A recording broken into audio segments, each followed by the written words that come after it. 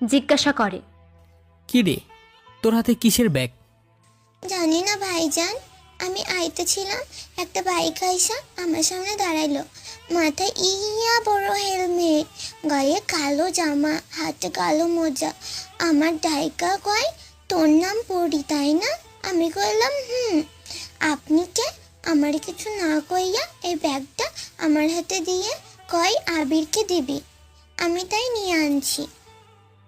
ও আচ্ছা, তুই ভিতরে যা, আমি দেখি কি আছে। নিলয় ব্যাগটা খুলল। ছোট্ট একটা খামের উপরে লেখা, শুনেছিলাম পিস্তলের গুলি, আর নিলয় কখনো পিছন ফিরে তাকায় না। কিন্তু আর কিছুই লেখা নেই। নিলয় তাড়াতাড়ি খামটাকে ছিঁড়ে ফেলল। সেখানে 3টে ছবি রাখা। প্রথম ছবিতে দেখা যাচ্ছে নিলয় রাব্বি মিষ্টি রাব্বির গোডাউন থেকে বের হচ্ছে। দ্বিতীয় ছবিতে দেখা যাচ্ছে নিলয় ওই লাশগুলোর পাশে দাঁড়িয়ে আছে। আর তৃতীয় ছবিতে দেখা যাচ্ছে নিলয় আর মিষ্টি হেঁটে চলে যাচ্ছে। নিলয় ছবিগুলোকে আগুনে পুড়িয়ে দেয়। মনে মনে বলল, এটা আমাদের কেউ করেছে, হয়তো ছোট কোনো গ্যাংয়ের কাজ। নিলয় ফোন বের করে। লক খুলতেই একটু আগে আসা বার্তাটা ওর চোখের সামনে পড়ল। আর সেটা একটা ভিডিও ক্লিপ। নিলয় প্লে করে। ভাই, ও আমাকে তুলে নিয়ে এসেছে, আমাকে। রাব্বির কপালে গুলি লেগেছে। রাব্বি সেখানেই মারা যায়। রাব্বি চেয়ারে বসে আছে, হাত পা দড়ি দিয়ে বাঁধা। হঠাৎ ভিডিওর সামনে একটা টিউবলাইটের আলো জ্বলে ওঠে। আলোর সামনে একটা কালো কোট পরা, মুখ ঢাকা একজন ব্যক্তি দাঁড়ালো। সে বলল, হ্যালো নিলয়, ভাবছো আমি কে? ছবি আর ভিডিওটা আমিই পাঠিয়েছি। আমি কে সেটা বের করার চেষ্টা করবে না, খুঁজেও পাবে না। তবে একটা সাজেশন দিই তোমাকে, তোমার কোনো পুরনো শত্রু বা ছোট গ্যাংয়ের কেউ আমি না। এই শহরের রাকিব, রাব্বি আর আমি ছাড়া আমাকে কেউই চেনে না। রাব্বি তো চলে গেল, এখন আমি আর রাকিব জানি। আমি কিন্তু তোমার শত্রু না। বিষ্ণু নামে পুলিশের সাথে তোমার ঝামেলা হয়েছিল মনে আছে? আমি ওকেও মেরে ফেলেছি একটু আগে। ওর লাশটার পাশে লিখে দিয়েছি, রোস্টার ইজ ব্যাক। আমাকে তুমি চিনবে না, চেনার কথাও না। পিস্তলের গুলি, নিলয় আর আমি কখনো পিছনে ফিরে তাকাই না। Tata mister roaster. ও আরেকটা কথা, আরিয়ানের বাবা কিন্তু বেঁচে আছে, আর সে তোমাকে অন্ধকার জগতে বেশি খুঁজছে। ভিডিওটিও আর নেই। এই শহরে অচেনা কেউ একজন তাকে চিনে ফেলেছে। ভয়েসটাও পরিচিত কারো না। আদেও একটা ছেলে নাকি মেয়ে সেটা বোঝা যাচ্ছে না। অ্যাপ দিয়ে ভয়েসটা চেঞ্জ করে কি ভিডিও পাঠিয়েছে? তার মানে নিলয়কে সে খুব কাছে থেকেই চেনে। হয়তো নিলয়ের সাথে সে কথাও বলেছে সামনে এসে, সেজন্য ভয়েস চেঞ্জ করে দিয়েছে। কিন্তু কে? রহস্য ক্রমশ বেড়েই চলেছে। কতগুলো প্রশ্ন নিলয়ের মাথায় ঘুরপাক খাচ্ছে, কিন্তু কোনোটারই সে খুঁজে পাচ্ছে না। তুমি এখানে বসে আছো, তোমাকে খুঁজছি আমি। নেহা এসে নিলয়ের পাশে বসতে বসতে কথাটা বলল। নিলয় আজকে বসা থেকে উঠল না। সে নেহার দিকে তাকালো। নেহা আজকেও হালকা সেজেছে। নিলয় চোখ সরিয়ে নিল। নেহা এটা দেখে মুচকি হাসল। নিলয় বলল, এমনিতে বসে আছি। তুমি এক্সামে 50 পেয়েছো, আমাকে মিথ্যে বলেছিলে। তুমি ইংরেজি জানো না, কেন বলেছিলে এমন? এমনিতে। আবির, আমার বাবার লেখার বই তোমার কাছে কেন? নিলয় চমকে নেহার দিকে তাকায়। নিলয় মনে মনে ভাবে, তবে কি নেহাই আমাকে ছবি আর ভিডিওগুলো পাঠিয়েছিল? সে সব জেনে গিয়েছে তাই, নাকি অন্য কেউ? নিলয় বলল, আসলে বইটা আমি রাস্তায় কুড়িয়ে পাই। বইয়ের লেখাগুলো ছিল দারুণ, আর নিলয় নামের ব্যক্তিটার কাজগুলো অনেক পছন্দ হতো আমার, তাই পড়ার জন্য রেখে দিয়েছিলাম। কি বললা? নিলয়ের কাজ? ও তো খুনি, মস্তান। কেন, সে আবার কি করলো? ওরকম মানুষ আমার পছন্দ না। আমার পছন্দ ঠিক তোমার মতো একজনকে, যে চুপচাপ থাকে, মারামারিতে জড়ায় না, ঝামেলা এড়িয়ে চলে। কেউ কিছু বললে ভদ্রভাবে তার প্রতিবাদ করে। ও আচ্ছা, যদি এমন হয়, একদিন হঠাৎ নিলয় আসলো তোমার সামনে, কারণ তোমার আব্বু তো নিলয়কে নিয়ে লিখছে, সেজন্য তোমার আব্বুর সাথে দেখা করতে আসলো, আর এসে দেখে আরিয়ান তোমাকে জোর করে তুলে নিয়ে যাচ্ছে। তখন নিলয় যদি তোমাকে বাঁচায় তখন কি করবা? নিলয়কে পছন্দ করা শুরু করবা? আমি তো ভীতু, আমি তো কখনো ঝামেলাতেই যাব না। ধুর গাধা, এমনটা কখনো হবে না। আর শোনো, ভীতু হলেও ভালোবাসার মানুষটাকে সামনে কেউ অপমানিত হতে দেখতে পারে না, বুঝলা? আর তুমি মোটেও ভীতু নও, একটু গম্ভীর। তবুও তোমাকে ভালো লাগে, অনেক বেশি ভালো লাগে। হি হি। নিলয় মুচকি হাসল। নেহার এমন কথা শুনে নিলয় নিজেই অবাক হচ্ছে আর মুচকি হাসছে। আবির প্রশ্ন করল, আচ্ছা, তোমার বড় চাচুকে দেখছি না, কোথায় উনি? ওনার ছেলে হৃদয়কে নিলয় মেরে ফেলছে, তবুও তিনি চুপ করে আছেন কেন? উনি ঠিকই নিলয়কে খুঁজছে, তবে ছোট চাচুর স্পেশাল রহস্যময় অফিসারের জন্য পারছে না। তুমি জানো সেই অফিসারটাকে? না, ছোট চাচুকে দেখেছিলাম, কেবল কোডের সাহায্যে কী সব কথা বলছিল। তুমি দেখো, নিলয় ঠিক ধরা পড়বে। নিলয় না একটা বিতু, সে তো শুনেছি সবার সামনেই খুন করে বেড়াতো, লোকটাকে ভয় পেত। তাহলে এখন কেন আড়াল থেকে খুন করছে? তবে খারাপ লোকেদের মারছে। এখানে এসে আব্বুর কাছে একটু আগে ফোন এসেছিল, বিষ্ণু নামের এক অফিসারকে নিলয় মেরে লাশের পাশে লিখে রেখেছে, রকস্টার ইজ ব্যাক।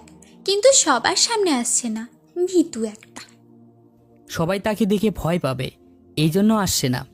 চুপ থাকো তো, সে নিজেই পাগিয়ে বেড়াচ্ছে। আচ্ছা চলো থানায়, যে বলি আমি নিলয়। কি তুমি হবে নিলয়? বলছি, কারোর দিকে চোখ তুলে তাকানোর মতো যার সাহস নেই সে হবে নিলয়। সত্যি আবি, তুমি হাসালে। নেহা হাসছে, পাশে বসে থাকা নিলয় নিজেও হাসছে। নেহার কথাগুলো শুনে নিলয় শিওর হয় ভিডিওর ক্লিপটা পাঠানোর আগাতে নেহা না। তাহলে কে হতে পারে? নিলয় বসা থেকে উঠল। নেহা পিছন থেকে নিলয়ের হাত ধরে। নেহা বলে, আবির, আমি তোমাকে আমার করে চাই, কেন তুমি বোঝো না? আমি তোমাকে চাই না। কিন্তু আমি তো চাই। আমার সাথে থাকলে আমাকে সহ্য করতে পারবে না। মানে? না মানে, আমি বোরিং, বিরক্তকর, অসহ্যকর ছেলে তো, তাই আমি চাই না আমার কোনো দুর্বলতা থাকুক। সত্যি তুমি আমাকে চাও না? না। সত্যি চাও না? না, চাই না। আমার কিছু হলে তোমার কিচ্ছু যায় আসে না, কি তাই তো? হুম। বেশ, যাও, তুমি থাকো তোমার মতো করে। নেহা কথাটা বলেই বাড়ি থেকে বের হয়ে যায়। নেহা বাড়ি থেকে বের হতেই কয়েকটা লোক ওর পিছু নিল। আর এই লোকগুলো হলো আরিয়ানের, কারণ আরিয়ান আদনান সাহেবের বাড়ির সামনে ওর লোক রেখে দিয়েছে। কারণ আরিয়ান ধরেই নিয়েছে নিলয় আদনান সাহেবের সাথে দেখা করবেই, আর সেই জন্যই সে লোক রেখেছে। নেহা হাঁটছে, পিছনে 4 জন লোক, মাহিদ, শুভ, সৌরভ, হাসিম। শুভ ফোন করলো আরিয়ানের কাছে। ভাই, আদনান সাংবাদিকের মেয়ে বাড়ি থেকে বের হয়েছে, একলা তুলে নিয়ে আসবো। সত্যি? এখনই তুলে নিয়ে আই, তবে কেউ যেন জানতে না পারে। নিলয় উঠানে দাঁড়িয়ে আছে। নেহা বাইরে গিয়েছে অনেকটা সময় হলো। নিলয় বসে থাকার এক পর্যায়ে দেখতে পায় আদনান সাহেব চিন্তিত অবস্থায় বের হচ্ছে বাড়ি থেকে। নিলয়ের সামনে গিয়ে দাঁড়ায়। কি হয়েছে স্যার? নেহা কোথায়? ওর ফোন অফ পাচ্ছি, চিন্তা হচ্ছে খুব। বিকাল থেকে বাড়ির সামনে কয়েকজন অচেনা ছেলেকে ঘুরতে দেখেছি, কিন্তু তারা কে জানি না। হতে পারে তারা আরিয়ানের লোক। আমি নেহাকে খুঁজতে যাচ্ছি। স্যার, আপনি বাসায় থাকুন, আমি নিয়া ম্যামকে নিয়ে আসছি। ও গিয়েছে মিষ্টিদের বাড়িতে, আপনি চিন্তা করবেন না, আপনি ভিতরে আসুন। নিলয় আদনান সাহেবের হাত ধরে বাড়ির মধ্যে নিয়ে আসে। আদনান সাহেবের রুমে বসে আবির বাইরে থেকে দরজা আটকে দেয়। তারপর নিজের রুমে আসে, একটা রুমাল পকেটে নেয়, কালো একটা টি শার্ট আর জুতোর সাথে পিস্তলটা নিয়ে নিলয় ঘর থেকে বের হয়। উঠানে এসে নেহার গাড়ি দেখতে পেল। নিলয় নেহার গাড়ির কাঁচ ভেঙে দরজার লক খুলে ড্রাইভিং সিটে গিয়ে বসে। তারপর গাড়ি স্টার্ট করে বাড়ি থেকে বের হয়। মনে মনে আবির নামধারী নিলয় কথাগুলো ভাবছিল আর নিজেকে বোঝাচ্ছিল। আবির কাজের লোক, সে কেন আমাকে ভালোবাসবে আর আমিও কেন ভালোবাসবো? কিন্তু মন তো লজিক শুনছে না। আবিরের কথা ভাবতে আমার ভালো লাগে, কেন সেটা বোঝে না? কেন এমন করে? করুক, সে এমন করুক। আমি কখনো আর বাড়ি ফিরবো না, কখনো চালাবো না ওকে। কি ভাবে নিজেকে? সুন্দরী বড়লোক মেয়ে প্রপোজ করছে, তাই ভাব নিয়ে ফিরিয়ে দেবে? দেখবো আমিও, আমার কিছু হলে বজ্জাত আবিরের কি হয়। কথাগুলো ভাবতে ভাবতে ও নিজের বাড়ি থেকে অনেকটা দূরে চলে আসলো। এতক্ষণ খেয়াল করেনি ওর পিছনে 4 জন ছেলে আসছিল। ভাবনা থেকে ফিরেই নেহা বুঝতে পারে ওর পিছনে কেউ আছে।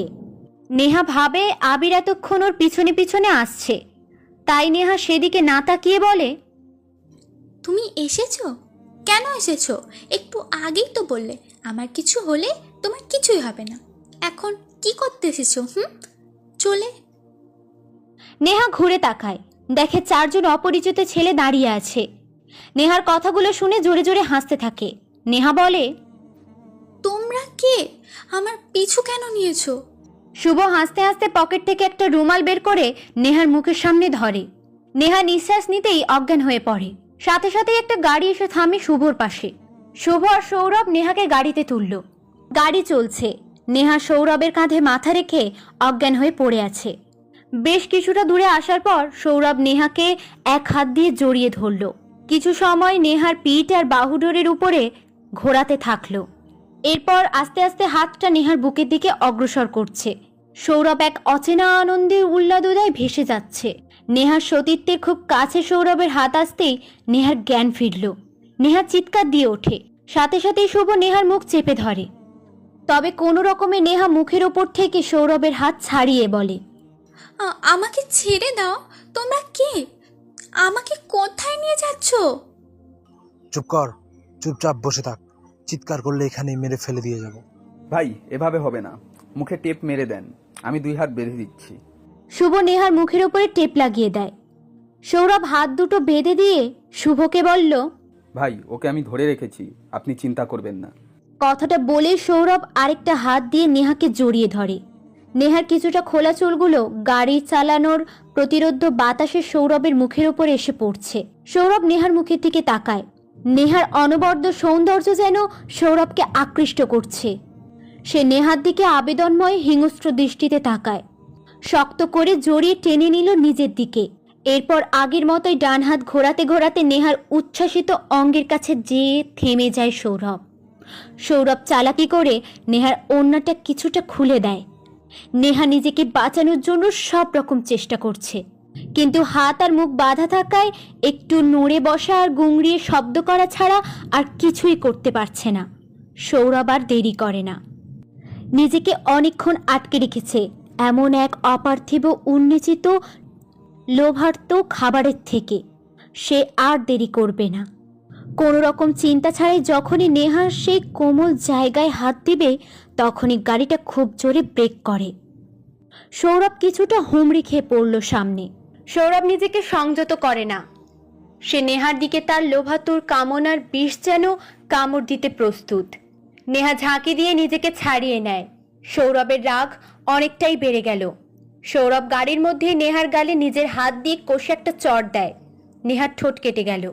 সৌরভ গালি দিয়ে নেহাকে উদ্দেশ্য করে বলে, বাবুই পাখি বেশি লাফিয়ে পার পাবে না, তোমাকে খাঁচায় বন্দি করবই। সৌরভের কথা শেষ হতেই ড্রাইভার কষে গাড়িতে ব্রেক করে। শুভ, সৌরভ এবং নেহার সামনের সিটে বাড়ি খায়। শুভদের কিছু না হলেও নেহার মাথাটা সামনের সিটে লাগায়। নেহা সেখানেই অজ্ঞান হয়ে যায়। তবে জ্ঞান হারানোর আগের মুহূর্তে সে দেখতে পায় গাড়ির হলদে আলোতে কিছুটা দূরে নেহার গাড়ির মতো দেখতে একটা গাড়ি সামনে দাঁড়িয়ে আছে। একজন লোক দাঁড়িয়ে আছে। এরপর নেহা আর কিছুই দেখতে পায় না। সে জ্ঞান হারায়, গাড়ির মধ্যে পড়ে থাকে। শুভ ড্রাইভারকে চিৎকার করে গালি দিয়ে বলল, শালা কুত্তার বাচ্চা, তুই এত জোরে ব্রেক মারলি কেন? ভাই সামনে দেখেন। সবাই সামনে তাকায়। এতক্ষণে কষে ব্রেক করায় সামনে কিছুই দেখেনি ওরা। ড্রাইভারের কথা শুনে সামনে তাকালো। একজন লোক দাঁড়িয়ে আছে, মুখে রুমাল বাঁধা, চোখে চশমা। শুভ সামনে থাকা ছেলেটাকে বলে, দেখ তো তোরা যে কি হয়েছে, কে সামনে দাঁড়িয়ে আছে? 2 জন ছেলে নামে, হাতে ছুরি। সামনে থাকা আগ্নেয়ার্তিকের দিকে এগিয়ে যায়। একটা গুলি চালানোর শব্দ শোনা গেল। দুজন ছেলের মধ্যে একজন ছেলে গুলি খেয়ে গাড়ির কাঁচের উপরে উড়ে এসে পড়েছে। আরেকটা ছেলে গাড়িতে দাঁড়িয়ে থাকা আগ্নেয়াস্ত্রের দিকে এগিয়ে যায়। আবির ওর হাত থেকে ছুরিটা কেড়ে নিয়ে গলার মধ্যে ঢুকিয়ে দিল। এমন হিংস্রভাবে মারতে দেখে শুভ আর সৌরভ নেহাকে নিয়ে বের হয়। শুভ নেহাকে মাটিতে শুইয়ে দিয়ে পিস্তল তাক করে ধরে। শুভ বলে, আমাদের কাছে আসবি না, না হলে ওকে মেরে ফেলবো। আবির এক পা এগিয়ে আসে। শুভ কাপা কাপা গলায় বলল, দেখ, তোকে বারণ করছি, আমার সামনে আসবি না, ওকে আমি মেরে ফেলবো। আবির আবারও এগিয়ে আসে। শুভ ভয়ে ভয়ে বলে, আমি কিন্তু এবার। শুভ পুরো কথাটা শেষ করতে পারে না, একটা গুলি ওর বুকে এসে লাগলো। শুভ কিছুটা দূরে গিয়ে পড়ল। আগ্নেয়াত্মক দেখে নেহা অজ্ঞান হয়ে পড়ে আছে, তাই সে মুখ থেকে রুমালটা খুলে নিল। নিলয় এসেছে নেহাকে বাঁচাতে। নিলয় বলে, কাউকে মারতে হলে কিন্তু যদি শব্দের ব্যবহার করতে নেই, ধরো আর মারো, না হলে হয় তুমি নিজেই মরবে। নিলয় নেহার দিকে এগিয়ে আসতে তখনই পিছন থেকে সৌরভ নিলয়ের পিঠে হকি স্টিক দিয়ে একটা বাড়ি দেয়। হকি স্টিক ভেঙে উড়ে চলে যায়। নিলয় পিছনে ঘুরে তাকায়। সৌরভ ভয়ে ভয়ে মাটিতে বসে পড়ে। তারপর বলে, কে কে কে কে- কে আপনি? You are very bad Niloy, you are dad. Niloy, হা হা হা হা। আমাকে ছেড়ে দেন, আমি আর সৌরভকে আর কিছুই বলার সুযোগ দেয় না। একটা আত্মচিৎকার ভেসে ওঠে অন্ধকার রাতে স্বাধীন পরিবেশে। নিলয়ের পিস্তল জুতোর সাথে আটকে নিল। নেহার কাছে এসে দেখলো সে এখনো চোখ বন্ধ করে আছে। মুখে থেকে টেপ আর হাতে থেকে দড়ি খুলে দিল। কোলে নিয়ে নেহাকে গাড়ির দিকে আসতে থাকে নিলয়। নিলয় নেহাকে গাড়িতে বসায়। আজ গাড়ি চালানো না পারা ব্যক্তিটাও গাড়ি চালিয়ে নেহাকে বাড়ি নিয়ে যাবে। ইস, নেহা যদি এটা দেখতে পেত, কিন্তু না, নেহা তো নিলয়কে সহ্য করতে পারে না। কিছু দূরে আসার পর নিলয় গাড়ি থামায়। একটা ছোট্ট নদী, নদীর এক পাশ দিয়ে মাটি উঁচু করে পাকা রাস্তা করা। ঢাকা শহর থেকে কিছুটা দূরে নদীটা। নিলয় গাড়ি থামিয়ে নামে, হেঁটে এসে রাস্তার পাশে দাঁড়ায়। পকেটে হাত গুজে সে নদীর দিকে তাকিয়ে থাকে। জ্যোৎস্না রাত, চারিপাশে চাঁদের আলোয় পরিপূর্ণ, যেন দিব্যলোক ছেড়ে সময়ের অবকাশে আলো গুচ্ছিত পরিবেশটা আজ বেশ মাধুর্যময় হয়ে উঠেছে। নিলয় নদীর পানিতে পড়া চাঁদের প্রতিচ্ছবির দিকে তাকিয়ে আছে। অন্ধকার রাত, চারিপাশে মানুষজন নেই, একজন মেয়ে আর একজন ছেলে এই জনশূন্য প্রকৃতির মাঝে সময় কাটাচ্ছে। হঠাৎ একটা গাড়ি এসে থামলো নিলয়ের পাশে। নিলয় সেদিকে তাকিয়ে চুপচাপ দাঁড়িয়ে থাকে। তিনজন ছেলে গাড়ি থেকে নামে, নিলয়ের পিছনে এসে দাঁড়ায়। নিলয় বলে, মাসুম, গাড়ি থেকে একটা হকি স্টিক এনে আমার মাথায় বাড়ি দে। কেন ভাই, আপনি কি এটার জন্য আমাকে ডেকেছেন? দে। মাসুম নিলয়ের সামনে এসে কপালে একটা জোরে বাড়ি দেয়। নিলয়ের কপাল ফেটে রক্ত বের হতে থাকে। অর্ক নিলয়কে বলে, আমাকে পিটাতে থাক। অর্ক নিলয়কে মারতে থাকে। নিলয় চিৎকার করে ওঠে। কিছু সময় পর নিলয় সহ সবাই শুনতে পেল, তোমরা ওকে ছেড়ে দাও, কেন মারছো ওকে? আর তোমরা কারা? কেন আমাকে তুলে এনেছিলে? নিলয় মাটিতে পড়ে যায়, ইশারা করে মাসুমদের চলে যাওয়ার জন্য। মাসুমরা আর দাঁড়ায় না, তারা তাড়াতাড়ি ওদের গাড়ি নিয়ে সেখান থেকে চলে যায়। নেহা দৌড়ে আসে নিলয়ের কাছে। নিলয় ব্যথায় আর যন্ত্রণায় কাতরাতে থাকে। আবির, তুমি এখানে কেন? ওরা কেন তোমাকে মারছিল? ওদের একজন তোমায় গাড়ি নিয়ে আসছিল, আমি দেখেছিলাম। পরে আমি অনেক কষ্ট করে ওদের পিছু নিয়ে এখানে আসি। ওরা তোমাকে মেরে নদীতে ফেলে যাচ্ছিল। হঠাৎ একজন আসে, মুখে রুমাল বাঁধা। সে আগে 4 জনকে মেরে চলে যায়। আমি তোমাকে গাড়িতে রেখে চলে যাব, তখনই দেখি ওই 3 জন ছেলে আসে, আমাকে তোমার থেকে আলাদা করে এখানে এনে পেটাতে থাকে। আমি তো কিছুই জানি না। আবির, তুমি আমাকে বাঁচাতে এসেছো? আমি। নিলয় জ্ঞান হারায়। অবশ্য এটা ওর নাটক। নেহা জোরে জোরে কান্না করে ওঠে। নিলয়কে জড়িয়ে ধরে কাঁদতে কাঁদতে বলে, কেন এসেছিলে বাঁচাতে? নিজে তো পারবে না কাউকে কিছু বলতে। সে এসেছে হিরো হয়ে আমাকে বাঁচাতে। এখন এখন তোমার কিছু হলে আমি মরে যাব। আবির, চোখ খোলো, কথা বলো প্লিজ, প্লিজ। আবির, শুনছো তুমি? নেহা আশেপাশে তাকায়। ঠিক তখনই একটা বাইক নেহার দিকে এগিয়ে আসে। কালো হেলমেট, কালো পোশাক পরা ছেলেটা নেহার দিকে এগিয়ে আসলো। নেহা ইশারায় বলে গাড়িতে তুলতে নিলয়কে। নেহা আর দেরি করে না, লোকটার সাহায্য নিয়ে নিলয়কে গাড়িতে তোলে। নেহা ড্রাইভিং সিটে এসে বলে, কে আপনি? আমাদের এভাবে হেল্প করলেন? লোকটা কোনো কথা বলে না, গাড়ির দরজা আটকে দেয়। নেহা বুঝে যায় নিলয়কে নিয়ে এখন তার চলে যেতে হবে। নেহা আর দাঁড়ায় না, নিলয়কে নিয়ে সে গাড়ি চালিয়ে চলে আসে। কিছু দূরে আসতেই নিলয় নেহার কাঁধে মাথা রাখে। নেহা গাড়ি থামায়, কয়েকবার আবির বলে ডেকেও ওঠে। নিলয় তখনই লাফ দিয়ে ওঠে, তাড়াতাড়ি বলতে থাকে, আমি কোথায়? প্রায় বাড়িতে চলে এসেছি। তুমি ওখানে অজ্ঞান হয়ে গিয়েছিলে। ও চলো বাড়িতে যাই। যাব, কিন্তু তার আগে বলো আমাকে ভালোবাসো কিনা? না। ও সত্যি? হুম। তাহলে আমাকে কেন বাঁচাতে গিয়েছিলে? আমি তো চলেই গিয়েছিলাম তোমার থেকে। জানি না। আবির, প্লিজ প্লিজ বলো না আমাকে ভালোবাসো। কেন লুকিয়ে রাখছো তুমি? এমনি। আচ্ছা বেশ, থাকো তাহলে। এবার আমি সত্যি চলে যাচ্ছি তোমাকে ছেড়ে। নেহা গাড়ি থেকে নামে। বাড়ি থেকে উল্টো দিকে হাঁটা ধরেও। নিলয় তাড়াতাড়ি গাড়ি থেকে নেমে নেহার পিছনে যায়, হাত টান দিয়ে ধরে। নেহা ঘুরে তাকায়, নিলয় মাথা নিচু করে দাঁড়িয়ে আছে। নিলয়কে বলল, আমাকে কেন আটকাচ্ছ? আমাকে তো ভালোবাসো না। কে বলেছে? তুমি বলেছো। এমনি বলেছিলাম, দেখছিলাম তুমি ভালোবাসো কিনা। কি বুঝলে? কিছু না, বাট আমি তোমাকে ভালোবাসি। কিন্তু তুমি কখনো আমাকে এখনকার মতো ভালোবাসবে না, যখন সময় বেড়ে যাবে। মানে? না কিছু না, চলো বাসায় যাই, তোমার বাবা তোমার জন্য অপেক্ষা করছে। নেহা গাড়ি চালাচ্ছে, নিলয় বসে আছে। জানালা দিয়ে বাইরের দিকে তাকিয়ে আছে ও। নীলার কথা মনে পড়ছে আজ। সব ভালোবাসা একই রকমভাবে তৈরি হয় না। ভালোবাসা হারিয়ে গেলেও ভালোবাসা আসে, তবে সেটা দেরি না হয়, খুব তাড়াতাড়ি, কিন্তু ভালোবাসা আসবেই। নীলার শেষ কথাটা নীলার খুব বেশি মনে পড়ছে। নিলয় এই অন্ধকার শহরে হয় রাজা হবে, আর না হয় পালিয়ে চলে যাবে। যেন তোমাকে ভয় পায়, আর না হয় তোমাকে যেন কেউ খুঁজে না পায়। কখনো কারোর মতো চলবে না, নিজের মতো করেই চলবে।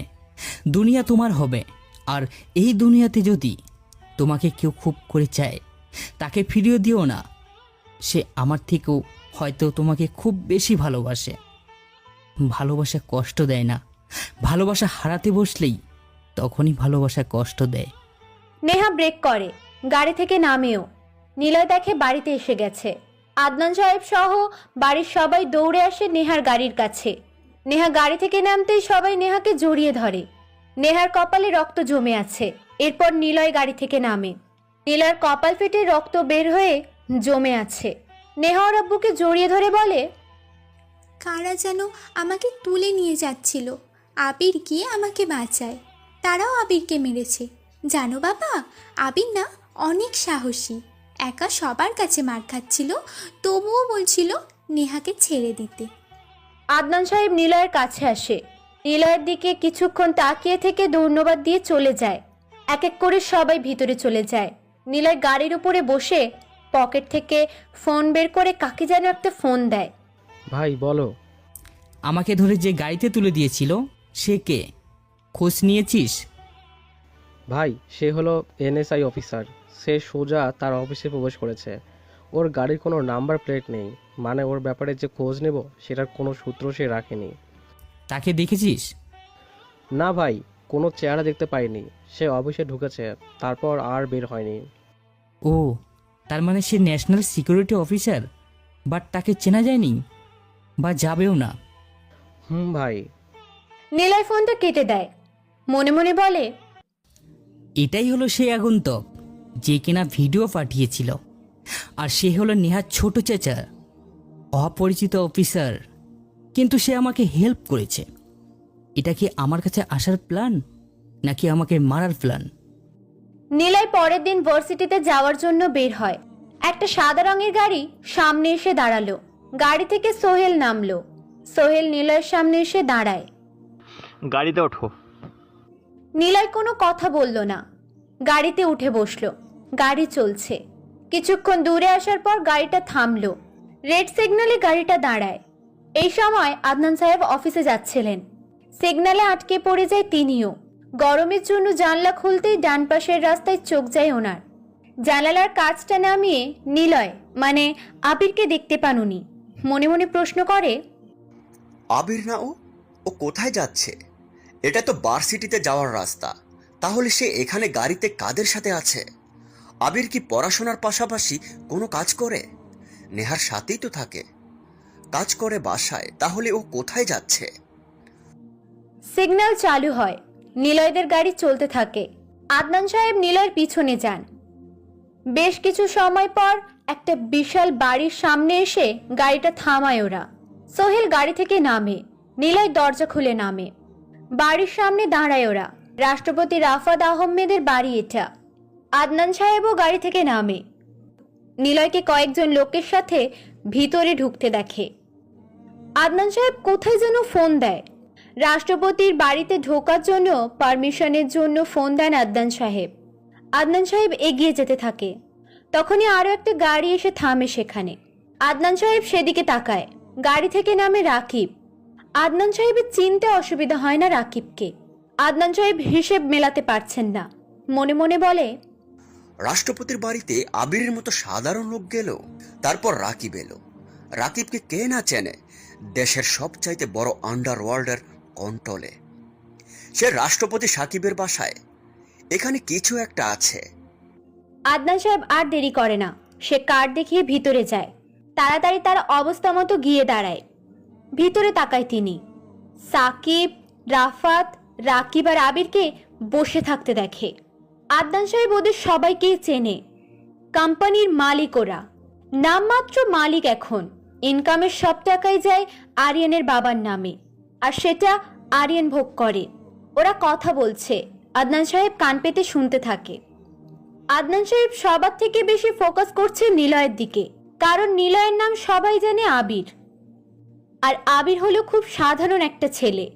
গ্রাম থেকে এসেছে শহরে। ঠিকঠাক মতো খেতে পড়তে পায় না। ভার্সিটিতে পড়ার জন্য টাকাও ছিল না। আদনান সাহেবের মেয়ে নেহা নিজেই আবিরকে বাড়ির কাজের লোক হিসেবে নিয়ে এসেছে। অথচ সেই সাধারণ ছেলেটা এখন দেশের রাষ্ট্রপতি, বিচার কমিউনিটির লোক আর আন্ডারওয়ার্ল্ডের মানুষদের সাথে বসে আছে। কিন্তু কেন? আবির তো এমন কিছুই করে না যার জন্য তাকে সরাসরি মন্ত্রী ডাকবে। সাকিব আবিরের দিকে তাকায় যখন, আবির বলল, নিলয়, আর কত দেরি করবে? আরিয়ানকে মারতেই হবে, অনেক বেড়েছে ও। ওকে আর বাঁচিয়ে রাখা যাবে না। তখন আদনান সাহেব চোখ বড় করেই আবির নামধারী নিলয়ের দিকে তাকিয়ে থাকে। নিলয় কথাটা শুনে বসা থেকে উঠে দাঁড়ায়। রাকিবের কাছে গিয়ে বুক পকেট থেকে সিগারেট বের করে। আগুন জ্বালিয়ে টান দিতে থাকে। নিলয় সাকিবের কথা শুনে হাসলো। রাকিব বলল, তুই হাসলি কেন? একটা জিনিস বুঝতে পারছি না, আরিয়ানের বাপ আর আপনার বাপ সবাই একসাথেই তো ছিলেন, সবার সামনেই তো একসাথে থাকেন, তাহলে কেন তাকে মারতে চান? এই প্রথম আমি কাউকে মেরে ফেলার কারণ জিজ্ঞাসা করলাম। আচ্ছা, তবে এটা বলুন, আরেকজন কই, মানে আশরাফ সাহেব কোথায়? সে কি আপনাদের দলের? খেলাটা কিন্তু অনেক জোশ। নিজের লোক নিজেদেরকে মারার জন্যই ক্লার ভাড়া করেছে। নিলয়, তোকে আনা হয়েছে আরিয়ানকে মারার জন্য, কাজটা কর তাড়াতাড়ি। চুপ, এই নিলয় জানে তার কাজের ব্যাপারে। এই জন্যই তো আরিয়ানের শহরে এসেছি। ওকে যখন মারব তখন আপনারা ভয় পাবেন। তাই সময়ের কাজ সময়ে করতে দেন। কাজটা যদি না হয় তবে তোর দুর্বলতা কিন্তু আমরা জানি। ওই সাংবাদিকের মেয়ে নেহা, তাকে কিন্তু।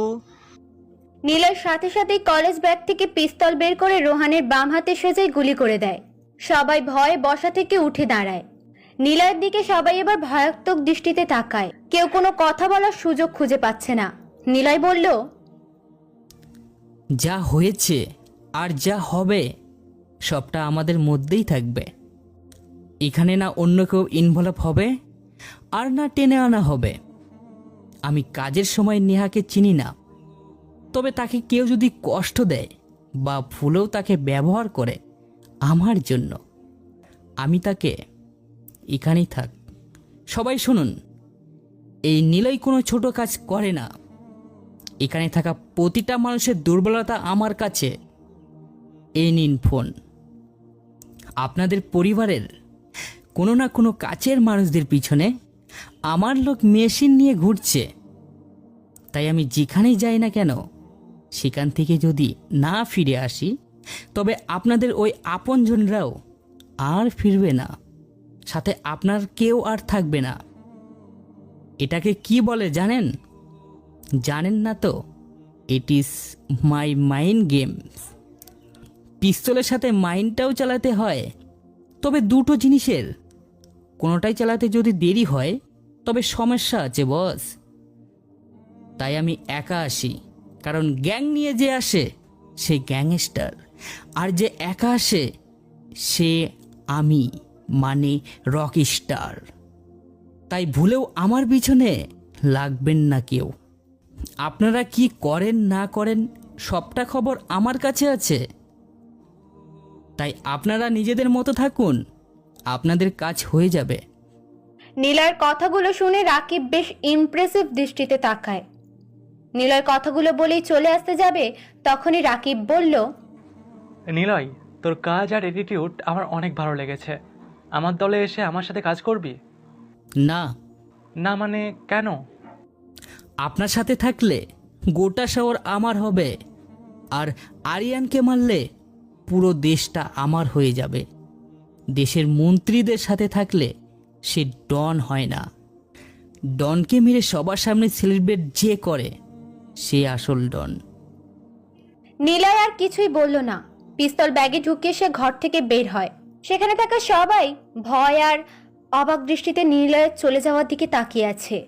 শহরের আন্ডারওয়ার্ল্ড কিং রাকিব যেন আরো বেশি অবাক হয়ে তাকিয়ে আছে।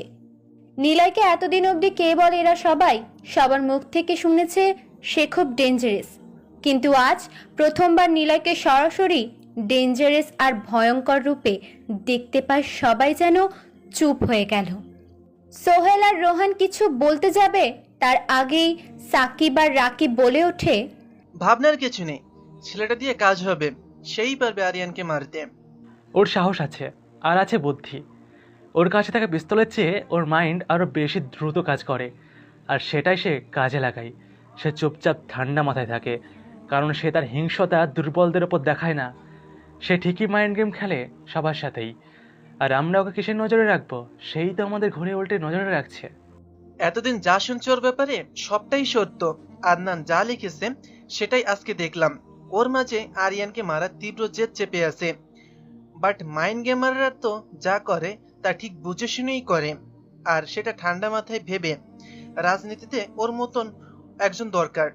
ওরা সবাই নীলয়কে নিয়ে গল্প করে, কিন্তু রোহান মনে মনে নীলয়কে মেরে ফেলার প্ল্যান সাজায়। রোহান বসা থেকে উঠে দাঁড়ালো। সোহেলকে বলল, চল আমার সাথে। কোথায়? রোহান আসে সোহেলকে নিয়ে বাইরে। এদিকে আদনান সাহেব চলে যায়। রোহান রাগে পায়চারি করছে। সোহেল ওর কাছে এসে দাঁড়ালো। সোহেল বলা শুরু করলো, ওই শালা কুত্তার বাচ্চাকে আমি গুলি করে মারবো। কাকে? নিলয়কে। ওই নিলয়কে আমি মারবই। কি? সোহেল ভয়ে পিছনে আসলো। রোহান এমন কিছু ভাববে সোহেল কেন, অন্য কেউ কখনো কল্পনাও করেনি। সোহেল বলল, দেখো, তুমি রেগে আসো, মাথা ঠান্ডা করো। শুধু শুধু নিলয়কে মারতে গিয়ে নিজেই মরবা, তাই নিজেকে সামলাও। নিলয়কে ওর স্টাইলেই মারবো আমি। আমাকে গুলি করেছে তাই না? সবার সামনে আমাকে গুলি করেছে, অথচ রাফাত ভাই ওকে ছেড়ে দিল। যার জন্য এত কিছু করেছি সে কিছুই বলল না। নিলয়কে তো আমি মারবই। এটা যদি না পারি আমি নিজেই নিজেকে মেরে ফেলবো। তুই যদি আমার সাথে থাকিস তাহলে থাকবি, না থাকলেও কোনো সমস্যা নেই। রোহান কথাগুলো বলে চলে গেল। সোহেল বোবার মতো তাকিয়ে আছে রোহানের দিকে। এদিকে আদনান সাহেব সাকিবের বাড়ি থেকে দূরে চলে আসে। গাড়ি থেকে নেমে নিজেকে অনেকগুলো প্রশ্ন করে। নিলয় আমাদের বাড়িতেই থাকে, আবির তাহলে আবির নয়, সে নিলয়। কিন্তু কেন সে আমাদের বাড়িতে? কেন সে নেহার সাথে জড়িয়েছে? কি চায় নিলয়? আচ্ছা, নেহা কি জানে আবিরই নিলয়? হয়তো জানে না। দেখা যাক নিলয় কি করে। আদনান সাহেব আর কিছুই ভাবতে পারছেন না। তিনি আর অফিসে যায় না, সোজা বাসায় চলে আসে। এদিকে সবাই ক্লাসে বসে আছে। নেহা বারবার দরজার দিকে তাকাচ্ছে, কিন্তু নিলয়ের কোনো খোঁজই নেই। নিলয়কে ফোন দেয়, কিন্তু রিসিভ হয় না। নুসু ম্যাম ক্লাসে আসলেন। গতকাল থেকে ম্যাম নিলয়ের কথাগুলো ভাবছে অনেকবার। নিলয়কে নতুন করে চিনছেন তিনি। ওনার কাছে নিলয় হলো একজন বুদ্ধিমান মানুষ। নুসু ম্যাম ক্লাসে এসেই শেষ বেঞ্চের দিকে তাকালো। সেখানে আজকে নিলয় নেই। তিনি নেহাকে প্রশ্ন করে, আবির কোথায়? সে আসেনি? না ম্যাম, আজ আবিরকে দেখছি না। ও আচ্ছা। নুসু ম্যামের ক্লাস করাতে একদমই ভালো লাগছে না আজকে। এদিকে আবির থাকলেও ক্লাস করাতে ভালো লাগে না। আর আজকের আবির নেই, তবুও ক্লাসটা বিরক্ত লাগছে। কিন্তু আবির কোথায়? রাকিব বসে আছে, হাতে ড্রিঙ্কস, চারপাশে সুন্দরী মেয়েদের ছড়াছড়ি। রাকিব নেশায় আসক্ত। রোহান আর সোহেল আসে সামনে। রোহানকে বসতে বলে রাকিব। রাকিব ড্রিঙ্কসের বোতল থেকে কিছুটা ড্রিঙ্কস নিয়ে খেয়ে নিল। রাকিব বলল, কি কারণে এসেছ? ভাই, আমি যদি নিলয়কে খুন করি আমাকে কি দেবেন? রাকিব পুরো নেশায় ছিল। রোহানের মুখে এমন কথা শুনে রাকিব লাফ দিয়ে ওঠে। এক ঝটকায় ওর নেশা যেন কোথায় চলে গেল। সে রোহানের দিকে তাকিয়ে বলল, ব্যাংক চেকে সাইন করে দিচ্ছি, টাকা তুলে নিয়ে সোজা দেশ ছেড়ে চলে যা। নিলয় যদি ভুলেও জানে তুই এমনটা ভেবেছিস, তাহলে কিন্তু তোকে আর কোনো কথা বলার সুযোগই দেবে না, তোকে মেরেই ফেলবে। না ভাই, আমি নিলয়কে মারবই, আর আমার কাছে প্ল্যান আছে। বলুন আমাকে কি দিবেন? রাকিব চেয়ারে বসলো।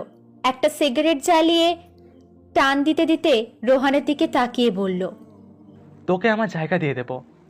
ওকে, তাহলে অপেক্ষা করুন নিলয়কে মেরে আরিয়ানকেও মারার খবরটা শোনার জন্য। কি প্ল্যান আছে তোর কাছে? সাকিবের মেয়ে নিধি নিলয়কে পছন্দ করে। নিধিকে আমরা তুলে আনবো, আর এটাকে নিলয়ের কাছে পাঠাবে সোহেল, আর সে বলবে আরিয়ান নিধিকে তুলে নিয়ে গেছে।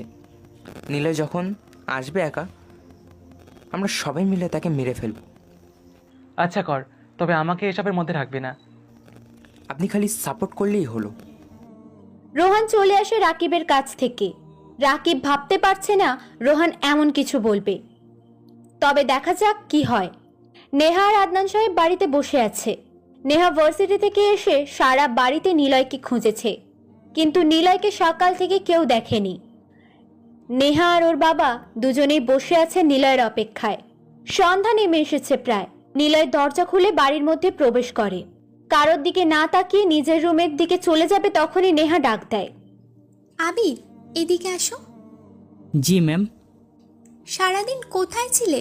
ক্লাসে কেন যাওনি? আদনান সাহেব নেহার প্রশ্ন শুনে নিলয়ের দিকে তাকায়। নিলয় সাথে সাথেই বলল, আসলে গ্রাম থেকে এক আত্মীয় আসছিল। আমি যে ম্যাচে থাকার কথা বাসা থেকে বলে এসেছিলাম, সেখানেই এসেছিল। ওখান থেকে ফোন দিতেই আমি চলে যাই। তারপর ওনার সাথে সারাদিন ছিলাম। সরি, কাউকে কিছু না বলে এইভাবে কাজ ফাঁকি দিয়ে যাওয়াটা আমার উচিত হয়নি। আদনান সাহেব নিলয়ের এমন কথা শুনে চোখ বড় বড় করে তাকায়। কি সুন্দর করে মিথ্যে বলল ছেলেটা। আদনান সাহেবের সারাদিনের কথাগুলো মনে পড়ে। তার মানে নেহা জানে না যে সে আবির নয়, সে নিলয়। কিন্তু সে কেন মিথ্যে পরিচয়ে আছে এখানে? আদনান সাহেবকে সবটা জানতেই হবে। আচ্ছা ঠিক আছে, ফ্রেশ হয়ে নাও, আমি তোমাকে খাবার দিচ্ছি। নেহার কথা শুনে আদনান সাহেব আরো অবাক হয়। তার মানে তিনি যেটা সন্দেহ করছিলেন সেটাই হচ্ছে। নেহা নিলয়কে ভালোবাসে। একটা মস্তান ছেলেকে নেহা এখন ভালোবাসে। হয়তো নিলয় এটার জন্যই এখানে এসেছে। কিন্তু নিলয় এতটা লোভী কি? নিলয় নিজের রুমে চলে আসলো। ব্যাগটা রেখে আজকে সারাদিনের কথা ভাবছে। মৃত্যুর খেলাতে দিন শেষ সমাপ্তি চলে এসেছে। সব কিছুই হুট করে যেন অন্যরকম হয়ে যাচ্ছে। কিছু একটা ঘটতে যাচ্ছে, তবু সেটা বোঝা যাচ্ছে না। পরি নিলয়ের কাছে এসে বসলো। নিলয় পরীকে দেখে একটু হাসলো। ভাইয়া, আমার মা তোমারে যাইতে কইছে, আপাও তোমারে খুঁজতেছে। কেন রে? মা এখন আমার আপার থাকা নাই। আপা এখন আর রাতে বাইরে হয় না, কি জানি একটা ভালো কাম পাইছে। আমারে কইছে একটা ভাইয়া কাম জোগাড় কইরা দিচ্ছে আপারে। ভাইয়া? কোন ভাইয়া? আপা তার নাম কইছে আমারে। নিলয় ভাইয়া নাকি আপারে কাম খুঁজা দিছে। আর মা মনে করতেছে যা হয়েছে সব তোমার জন্য, তাই মা তোমারে ডাকতেছে। তুই নিলয়কে দেখেছিস? না ভাইয়া, দেখুম কেমনে, আমার সামনে তো কখনো আসে না। ও আচ্ছা, ঠিক আছে, দেখা করব তোর মা আর আপার সাথে। কোনো সমস্যা হলে আমাকে বলবি। আচ্ছা ভাইজান, আপনারা অনেক ভালো একজন মানুষ। হা হা হা হা। আপনি হাসেন কেন ভাইয়া? কখনো কারো ব্যাপারে না জেনে ভালো বলবি না, বুঝেছিস? আর মানুষকে অবজারব করতে নেই। সময় মতো মানুষ তার নিজের পরিচয় নিজেই দিয়ে দিবে। কি কোন এগুলো? আমি তো কিছুই বুঝি না। তোর এসব বুঝতে হবে না। আচ্ছা পরি, যদি কখনো তোরা আমাকে খারাপ জানিস, তখন আমাকে ছেড়ে চলে যাবি? কি কোন? কখনো যাবো না। আপনাকে ভালোবাসি আমি, আপনি আমার ভাই হন, আপনারে কেমনে ছাইরা দিমু? তুই না ছাড়লেও অনেক মানুষ আমাকে দূরে ঠেলে দিবে। তা কে কাকে দূরে ঠেলে ফেলে দেবে শুনি? পরি আর নিলয় দরজার দিকে তাকায়, দেখে নেহা এসে দাঁড়িয়েছে। পরি নেহাকে দেখেই উঠে দাঁড়ালো আর বলল, একখান কথা বলমু? বল। আপনি ভাইয়ারে কি ভালোবাসেন? তুই এসব জানিস? না মানে, আপনি ভাইয়ার দিকে কেমন কইরা তাইকা থাকেন, ভাইয়া না দেখলেও আপনি লুকিয়ে দেখছি। আমার স্কুলে স্যার একটা ম্যামের দিকে এইরাম কইরা তাকায়। ক্লাসে একটা বদমাই আছে, এটি সকলকে কইছে স্যার ম্যামের লগে প্রেম করে। দেখোস না তোরা কেমন কইরা চাইতা থাকে। আপনিও কি ভাইয়ার লগে প্রেম করেন? কি ক্লাসে গিয়ে এসব শিখিস? যা এখান থেকে, না হলে তোর কান টেনে লম্বা করে দেব। পরি আর দাঁড়ালো না, ভয়ে সে ঘর থেকে বেরিয়ে গেল। নেহা আবিরের পাশে এসে বসলো। কাঁধে মাথা রেখে নেহা আবিরকে বলল, আবির, আমি না অনেক ভয়ে আছি। ভয়? কিসের ভয়? বাড়ির সামনে একটা সিসিটিভি ক্যামেরা লাগানো আছে। বাড়ির সামনে না, বাড়ি থেকে কিছুটা দূরে। সেখানকার ফুটেজ আমাকে একজন কাগজের খামে পাঠিয়েছিল, আরও কিছু ছবি পাঠিয়েছিল। মানে কি বলছো তুমি এসব? নিলয় অবাক হয়। নেহার সাথে তবে সে অপরিচিত অফিসারের এভাবে ফুটেজ, আদনান ব্যাপারটা পরিচিতি পেয়েছে। কিন্তু কে এই অফিসার জানাটা খুব জরুরি। নেহা পরীকে ডাক দিল। পরী দৌড়ে আসলো নেহার সামনে। নেহা পরীকে বলল, টেবিলের উপর একটা ব্যাগ আছে, কালো ব্যাগ, ওটা নিয়ে আয় তো। পরী নেহার কথা শুনে ব্যাগ আনতে চলে যায়। নিলয় মনে মনে ভাবে, এটা সেই ব্যাগ না তো যেটা দিয়ে ওই অচেনা অফিসারটি আমাকে ভিডিও আর ছবি পাঠিয়েছিল। 1 মিনিটের মধ্যেই পরী ব্যাগটা নিয়ে হাজির হলো রুমে। পরী ব্যাগটা নেহার হাতে দিয়ে চলে গেল। নিলয় অবাক হয়। সেম ব্যাগ ওই দিনের লোকটাও নিলয়কে পাঠিয়েছিল, নেহার কাছেও পাঠিয়েছে। কিন্তু কে ও? আসলে কি চায়? নেহা ব্যাগ থেকে একটা খাম বের করে। খামটা ছেঁড়া আছে, খামের উপরে 2টো লাইন লেখা। হ্যালো নেহা, দেখো দু চোখ মেলে সে আছে তোমাতে মিশে, তোমার পাশে খুব কাছে। নেহা লেখাটা পড়ার পর নিলয়কে প্রশ্ন করলো, আচ্ছা আবির, এই লেখাটার মানে কি? আমি কিছুই বুঝতে পারছি না। ছবিগুলো দেখো। নেহা ছবিগুলো বের করে। প্রথম ছবিতে নেহাদের বাড়ির রাস্তায় নেহার গাড়ি চালিয়ে কে যেন যাচ্ছে, আর সেটা নিলয়। নিলয় ছাড়া আর কেউ জানে না। কিন্তু এখন এই আগুনাত্মক ব্যক্তিটিও সব জানে। দ্বিতীয় ছবিটা হলো নেহা মাটিতে পড়ে আছে আর নেহার মুখের উপরে কারো ছায়া পড়েছে। তৃতীয় ছবিটা হলো নেহাকে কে যেন তার গাড়িতে কোলে করে তুলেছে। নিলয় মনে মনে বলে, যাক, নিজের মুখের ছবিটা তো আর দেখা যায় না পিকচারে। নেহা এবারে ওর ফোন বের করে, একটা ভিডিও ফুটেজ চালু করে দেয়। নেহার গাড়ি কে চালিয়ে চলে যাচ্ছে। নেহা এখন নিলয়কে প্রশ্ন করে, আবির, তুমি গাড়িটা কোথায় পেয়েছিলে? আসলে তুমি যেখানে আমাকে মারতে দেখেছিলা সেখানে ছিল তোমার গাড়ি, আর ওই লোকগুলো ছিল যে তোমাকে কোলে করে তোমার গাড়িতে তুলছিল তার লোক। ওরা ভেবেছিল তোমাকে আমি মারতে আসছি, এই জন্য আমাকে মারছিল। তুমি জানো আমাকে কে বাঁচিয়েছে? কে বাঁচিয়েছে? নিলয়। নিলয় আমাকে বাঁচিয়েছে। ওকে আমি দেখেছিলাম অজ্ঞান হওয়ার আগে। সে এসেছিল, নিলয় আমাকে বাঁচিয়েছে ওই ছেলেগুলোর হাত থেকে। কিন্তু আমি তো তাকে দেখিনি। আসলে হয়তো বাবা ওর ব্যাপারে লিখেছে। বাবাকে পছন্দ করে নিলয়, সেজন্য আমাকে বাঁচিয়েছে। তোমার সাথে দেখা নাও হতে পারে। আচ্ছা বাদ দাও, বাবাকে আমাদের ব্যাপারে সবটা বলবো। পরে যখন আমি বলবো। আচ্ছা ঠিক আছে, তুমি রেস্ট নাও, আমি যাচ্ছি। বাবা, তুমি নিজেই সবার থেকে গোপন করেছো। আমাকে নামমাত্র বাবার পরিচয় দিতে বলেছ। আমিও নামমাত্রই তোমার ছেলে হিসেবে সবার সামনে এসেছি। আমাকে ভয়ঙ্কর তৈরি করিয়েছ তুমি। তোমার লোকেরাই তোমাকে মারতে চায়। কেন তুমি চুপ আছো? আরিয়ান কথাগুলো বলছে ওর বাবাকে, যাকে কিনা সবার সামনে মৃত ঘোষণা করা হয়েছে। আরিয়ান নিজেই তার বাবাকে মেরেছে, এটা সবাই জানে। কিন্তু এটা একটা প্ল্যান, আর মূল মাস্টারমাইন্ড গেমার হলো আরিয়ানের বাবা। কেউ কিছু করতে পারবে না। নিলয়কে একবার সামনে এনে দাও, বাকিটা আমি দেখব। নিলয়কে খুঁজে পাচ্ছি না বাবা, তবে একটা ভিডিও পেয়েছি। আদনান সাংবাদিকের মেয়েকে তুলে আনছিলাম লোক দিয়ে, আর রাস্তায় আমার লোকেরা নিলয়কে দেখে। নিলয় ওদের সবাইকে মারে, কিন্তু নিলয়ের মুখটা দেখা যায়নি। আমার মনে হয় নেহার সাথে হয়তো নিলয় জড়িত আছে। নেহার সাথে কে কে থাকে সবাইকে জিজ্ঞেস করো। নেহার সাথে যারা থাকতো তাদেরকেও নিলয় মেরে ফেলেছে। এখন আবির নামের একটা ছেলেকে ওর আশেপাশে দেখা যায়। ছেলেটা ভোলা ভালা, আতলে মার্কা। সে নিলয়ের ব্যাপারে জানবে না, আমি সম্পূর্ণ শিওর। আগে তাকেই টার্গেট করো, আর বাসিটিতে তোমার লোক পাঠাও। খবর নাও ছেলেটা কি নেহার সাথে নিলয়কে কোথাও দেখেছি কিনা। ওকে, কালকে আমি ভার্সিটির নতুন স্টুডেন্ট হিসেবে আমার লোক পাঠাচ্ছি। আরিয়ানের সাথে যে কথা বলছিল সে হলো হাটমানি কোম্পানির সম্পূর্ণ মালিক। টাকার পরিমাণ একা ভোগ করবে বলে বাকি পার্টনারদের প্ল্যান করে সরিয়ে দিয়েছে। ছেলের হাতে নিজেকে খুন করার খবরটা তিনিই ছড়ান, আর যার জন্য আরিয়ান তার অনুপস্থিতিতে সবটা নিজের করে নিতে পারে। এই জন্যই রাফাত, রাকিব, সাকিব আর আসফার মিলে কেলার ভাড়া করে আরিয়ানকে মারার জন্য।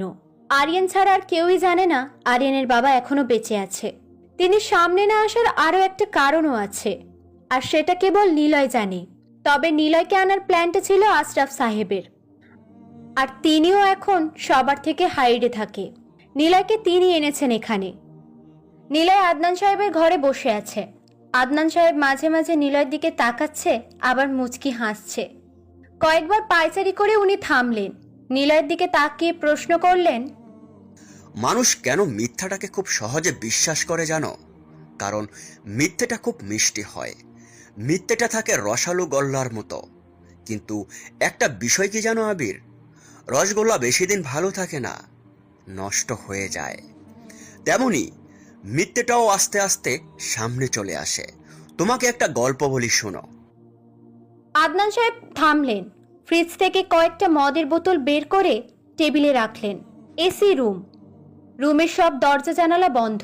আদনান সাহেব আবিরকে ড্রিঙ্কস অফার করলেন। আবির কপাল কুঁচকে তাকায়, তারপর মাথা নাড়িয়ে বলে, আমি এইগুলো খাই না। আদনান সাহেব হাসলেন। নিলয় ওনার রহস্যময় হাসির দিকে তাকালো। নিলয় কিছুই বুঝতে পারছে না উনি কেন এমন করে কথা বলছেন। আদনান সাহেব সিগারেট ধরিয়ে হাতে নিয়ে বলল, পৃথিবীতে কাউকে দিয়ে কাজ করার মাধ্যমটা কি জানো? ভালোবাসা। ভালোবাসা স্বার্থ ছাড়া হয় না, কেউ কাউকে ছাড়া বাঁচতে পারে না। ভালোবাসার মানুষটার কাছে থাকলেই সে বেঁচে থাকবে সুস্থভাবে। এটাই হলো ভালোবাসা। ভালোবাসার মাঝে থাকে অনেকগুলো দিক। কেউ চায় কাজ হাসিল করতে ভালোবাসা দিয়ে, আবার কেউ চায় সারা জীবন একসাথে বেঁচে থাকতে। আদনান সাহেব আবার থামলেন। নিলয় ওনার কথার আগামাথা কিছুই বুঝতে পারছে, সব কেমন যেন রহস্য হয়ে গেছে। নিলয় বলল, স্যার, আমি আপনার কথায় কিছুই বুঝতে পারছি না। কেন করছো না? তোমার মতো বুদ্ধিমান ব্যক্তি যদি আমার কথা না বুঝতে পারে, তাহলে কে বুঝবে? আমাকে দেখে আপনার বুদ্ধিমান মনে হয়? মানুষকে দেখে কখনোই কিছু মনে করতে নেই। হয় সেটা ভুল হয়, না হয় ভুলই হয়। মানুষকে সহজে জাজও করতে নেই, আর মানুষকে তার উপরের কিছু দেখে কখনো জাজ করতে নেই। প্রতিটা মানুষ ভিতরে ভিতরে স্বার্থপর হয়ে থাকে। জি না স্যার, সৃষ্ট মানব হযরত মোহাম্মদ, তিনিই মহান। তুমি জানো তিনিও স্বার্থপর। কিভাবে জানো? উনার স্বার্থপরটা হলো উম্মতের জন্য ভালোবাসা বিলিয়ে দেওয়া। আল্লাহ উনাকে চায়, আর উনি আল্লাহ সহ তার উম্মতকেই চায়। এটাই হলো ভালোবাসার স্বার্থ। স্বার্থ বলতে বুঝিয়েছি মানুষের চাওয়াটা। এখানে খারাপটা কেন ভাবছো আবির? নিলয় কোনো কথা বলল না। স্পষ্ট বোঝা যাচ্ছে আদনান সাহেব আজকে নেশা করেছে, কিন্তু তিনি যা বলছেন সবটাই কেমন বাস্তবিক কথা। নিলয় বলল, স্যার, রুমে যেই। দাঁড়াও, গল্পটা তো শুনলে না। গল্পটা শুনে চলে যেও। জি। তুমি ড্রিঙ্কস করো, কোনো ব্যাপার না। মানুষ দুই দিক থেকে সত্য কথা বলে।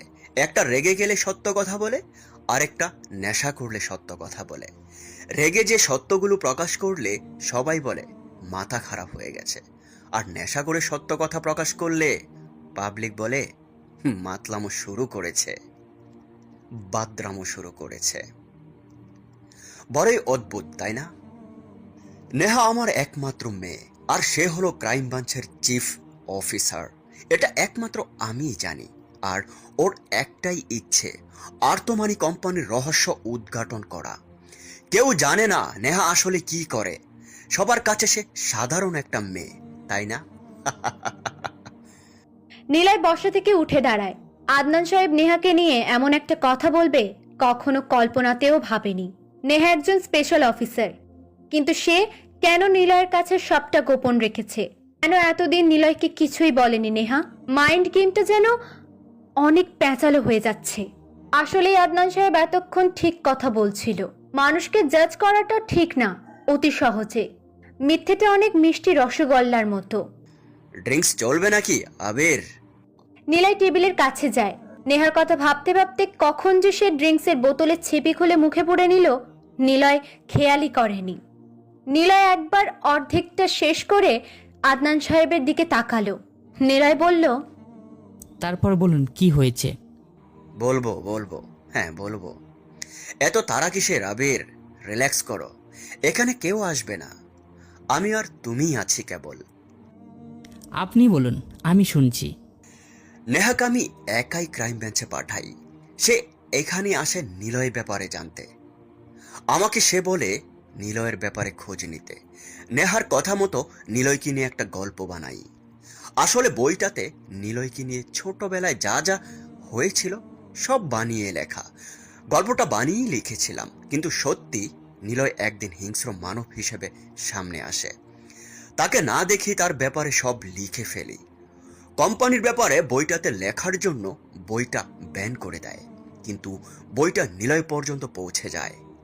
এরপর সেটা আবিরের কাছে চলে আসে, তাই নয় কি? নিলয় মুচকি হাসল। সে বোতলের পর বোতল মুখে পড়ে নিয়ে এক চুমুকে অর্ধেক শেষ করে দিয়েছে।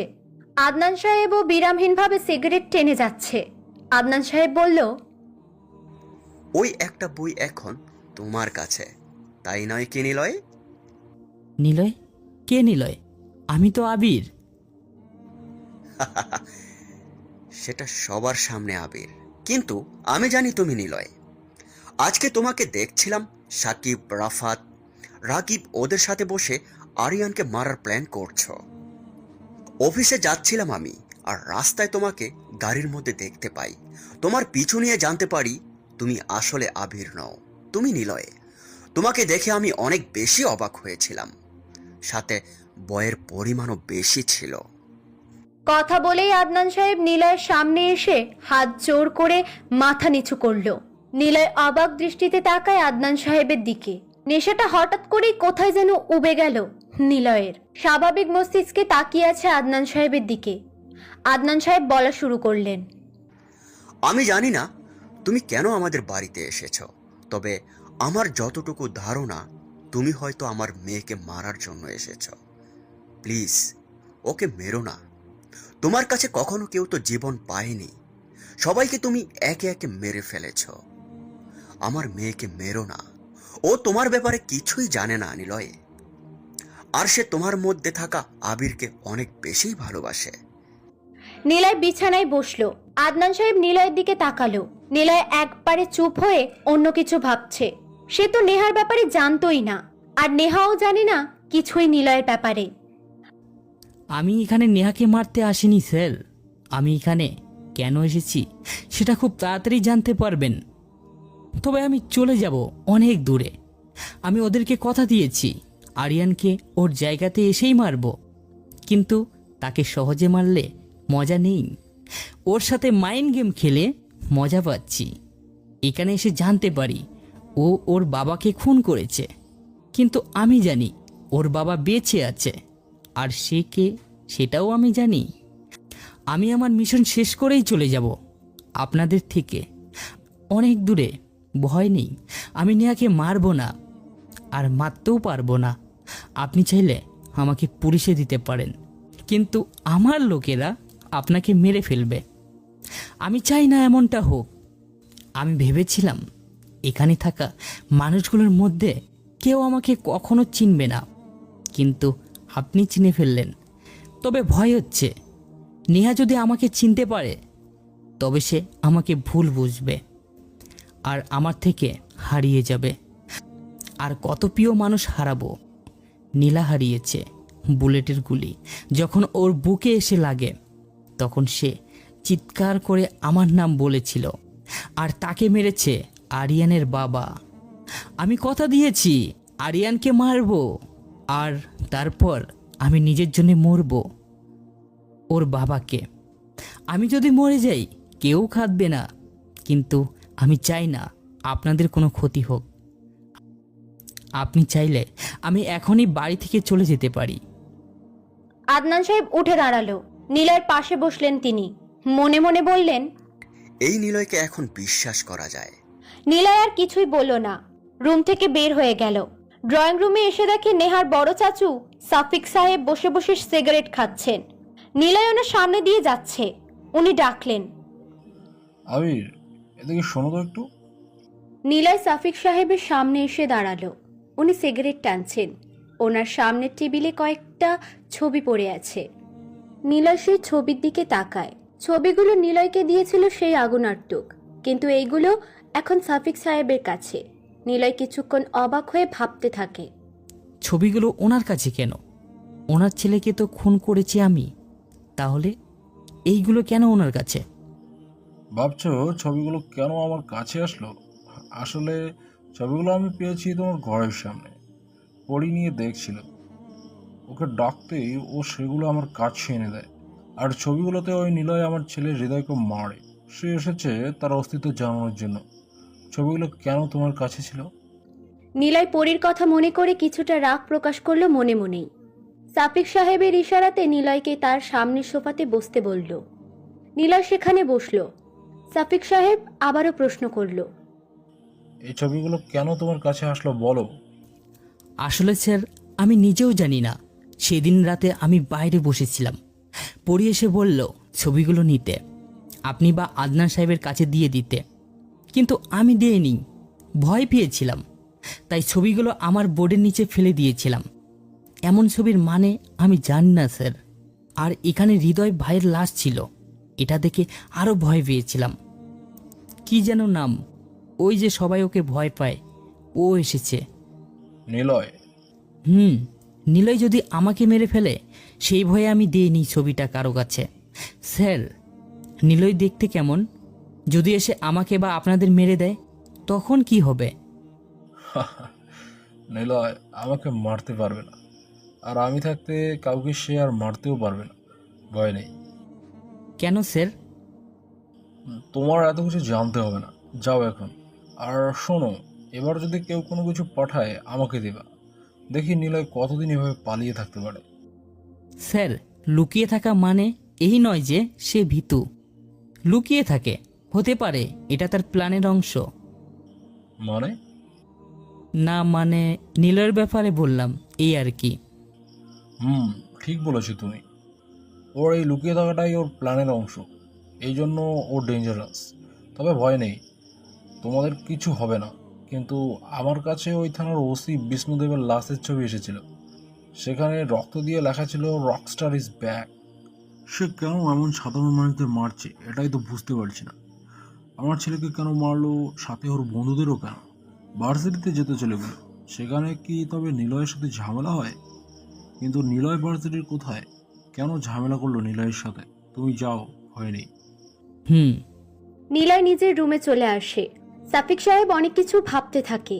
নিলয় বিছানায় বসে মনে মনে ভাবছে আর বলছে, অপরিচিত ওই আগ্নেয়াত্মক কিভাবে আমাকে চিনল? রাব্বিকে খুঁজে পাওয়ার আগের থেকেই সে আমাকে চেনে, কিন্তু কিভাবে? রহস্যময় একটা প্রশ্ন। বড় কথা, আমাকে জানতেই হবে কে সে। যদি জানতে পারি সে কে, তবে সব রহস্যের উদ্ঘাটন করা যাবে। নিলয় ঘুমিয়ে পড়ে। পরের দিন নেহার গাড়ি করে নিলয় ভার্সিটিতে আসে। নিলয়ের প্রিয় জায়গাতে এসে বসে নিলয় আর নেহা। সেখানে নিধি, জয়, মিথিলা এসে হাজির। বেশ জমিয়ে আড্ডা শুরু হয়। 5 মিনিট পর 5টা বাইকে 5 জন নতুন ছেলে ভার্সিটিতে প্রবেশ করে। আর এই ছেলেগুলো হলো আরিয়ানের লোক। আরিয়ান রাতের মধ্যেই ওদের অ্যাডমিশনের ব্যবস্থা করে দিয়েছে। নেহার ক্লাসের সাথে তারাও ক্লাস করবে। উদ্দেশ্য আবির নামধারী নিলয়কে খুঁজে নেওয়া। ছেলেগুলো বাইক চালিয়ে সোজা নিলয়ের কাছে এসে থামে। নিলয় আর জয়ের দিকে তাকায়। বাইক থামালো ওরা। একটা ছেলে এসে সামনে দাঁড়ায়। নিলয়ের দিকে তাকিয়ে থেকে বলে, আমি অভি, তুই আবির তাই না? আর তুই জয় তাই তো? তোরা দুজন নেহার সাথে কি করছিস? নেহা আমার বন্ধু, তাই সে আমাদের সাথেই থাকে। কেন? আজ থেকে তোরা আমরাই থাকবো নেহার সাথে, বুঝছিস? কথাটা শেষ হতেই জয় অভির গালে একটা জোরে চড় বসিয়ে দিল। অভি চড়টা খেয়ে একটু শব্দ করে হাসল। জয়ের দিকে তাকিয়ে জয়ের শার্টে অভি দুহাত দিয়ে টেনে ধরে বলল, তুই জানিস না কার গায়ে হাত দিয়েছিস। তোর এই হাত আর এই হাতের জায়গাতে থাকবে না।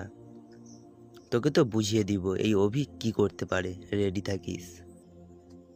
ভাই, যেখান থেকে এসেছিস সেখানে চলে যা, না হলে তোরা এই জয়কে চিনিস না। আমার জামার কলার ধরেছিস না? তুই রেডি থাকিস, তোর এই হাত হাতের জায়গাতে থাকে কিনা।